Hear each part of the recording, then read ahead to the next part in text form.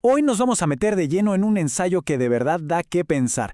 Es del obispo Martín Ignacio Díaz Velázquez, y lo que hace es darnos una nueva perspectiva como unos nuevos lentes para entender el fenómeno político de Nayib Bukele en El Salvador. Y créanme, va mucho más allá de las etiquetas que siempre escuchamos. Así que vamos a ello, porque el análisis es profundo. A ver, todos conocemos la imagen pública de Nayib Bukele, ¿no? Es la de un líder moderno que rompe esquemas, que es cool. Pero el ensayo que vamos a explorar hoy nos lanza una pregunta fundamental. ¿Esto es solo un estilo diferente de hacer política o estamos viendo nacer algo completamente nuevo, un tipo de autoritarismo hecho a la medida de nuestra época? Ajá, yo sé. El término suena a un verdadero trabalenguas académico. Neo-ultranacionalismo palingenésico posmoderno.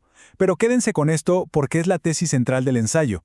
Y según el autor, no es solo ponerle un nombre rimbombante, es un diagnóstico súper preciso. Así que lo que haremos ahora es desarmar este concepto pieza por pieza para que entendamos exactamente de qué estamos hablando.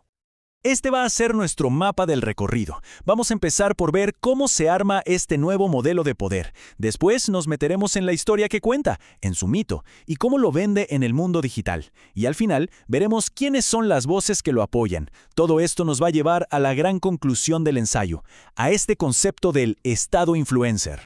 Muy bien, para poder masticar ese concepto tan, digamos, denso de neo-ultranacionalismo palingenésico postmoderno, el ensayo lo divide en tres pilares. Son como tres grandes ideas que cuando se juntan crean este modelo de poder tan particular. Vamos a empezar por la primera. El primer pilar es el neo-ultranacionalismo. ¿Y a qué se refiere? Pues básicamente a cómo la idea misma de patria o nación se termina fusionando por completo con la figura del líder y su proyecto. En resumen, es la concentración total del poder envuelta en la bandera del nacionalismo. O sea, lo que nos dice el ensayo es que, en la práctica, esto significa que lo que el líder quiere es lo que la nación quiere. La ley ya no es un freno para el poder, sino que se convierte en una herramienta más para usarla a su antojo.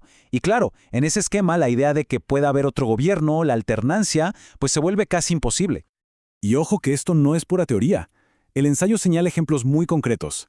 La destitución de los jueces más importantes y del fiscal general.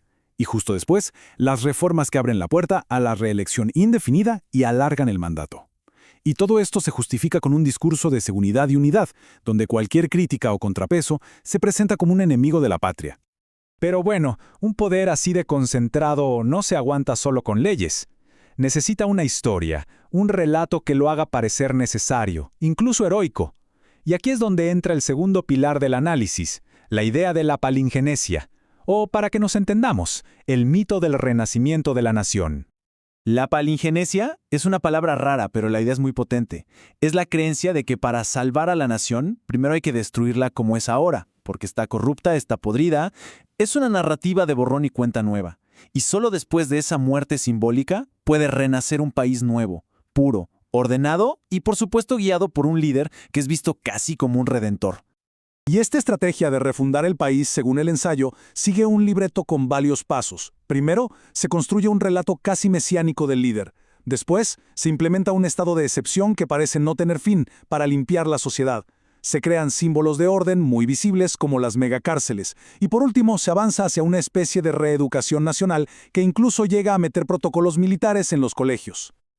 Ok, ya tenemos el poder concentrado y el mito del renacimiento. Pero ¿cómo se vende esta historia en el siglo XXI?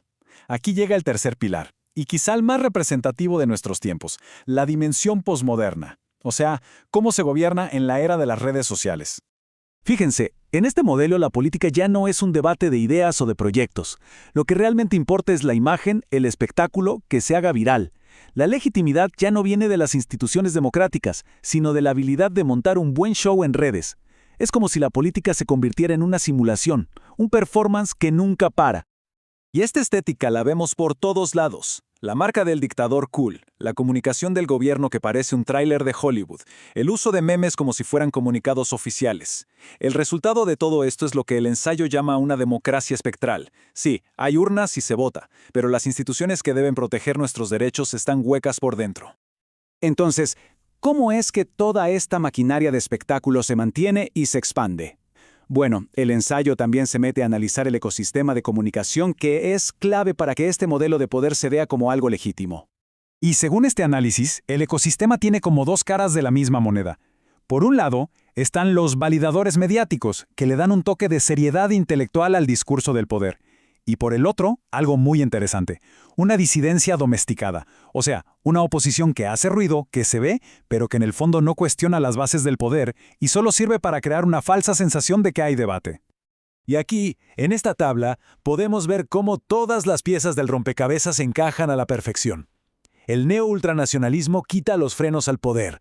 La palingenesia justifica las medidas más extremas. El posmodernismo vacía las instituciones a punta de espectáculo. Y el ecosistema mediático se encarga de producir esa democracia espectral. Es la anatomía completa del modelo que nos describe el ensayo. Y bien, si juntamos todos estos elementos, el poder total, el mito del renacer, el espectáculo viral, ¿cómo llamamos a todo esto? El ensayo lo resume en un concepto final que es de verdad muy potente. El Estado influencer, así lo llama, y es un término que da justo en el clavo, ¿no creen? Un tipo de régimen que combina el poder duro, el de las leyes y las instituciones, con el poder blando, el de la narrativa en redes. Un poder que gobierna al mismo tiempo con decretos y con memes, con la fuerza y con los algoritmos. El ensayo nos deja con una advertencia final, resumida en una pregunta que es clave. La cuestión aquí no es si el modelo es popular o si funciona. La verdadera pregunta es, por cada punto de popularidad que se gana, ¿qué parte del sistema democrático, cuántos derechos y libertades se están perdiendo por el camino? Y para rematar esta idea, el ensayo rescata una lección histórica con una frase de Dagoberto Gutiérrez que es demoledora. Lo que se entrega al caudillo siempre se pierde para la gente. Es un recordatorio de que el poder que se cede a una sola persona es un poder que como sociedad se pierde para siempre. Al final, el análisis nos deja con una pregunta que va mucho más allá de El Salvador y nos toca a todos. En este mundo, donde la política es cada vez más un show viral, ¿cómo hacemos para distinguir una democracia de verdad de una que es solo un simulacro digital? Una reflexión que sin duda es crucial para los tiempos que corren.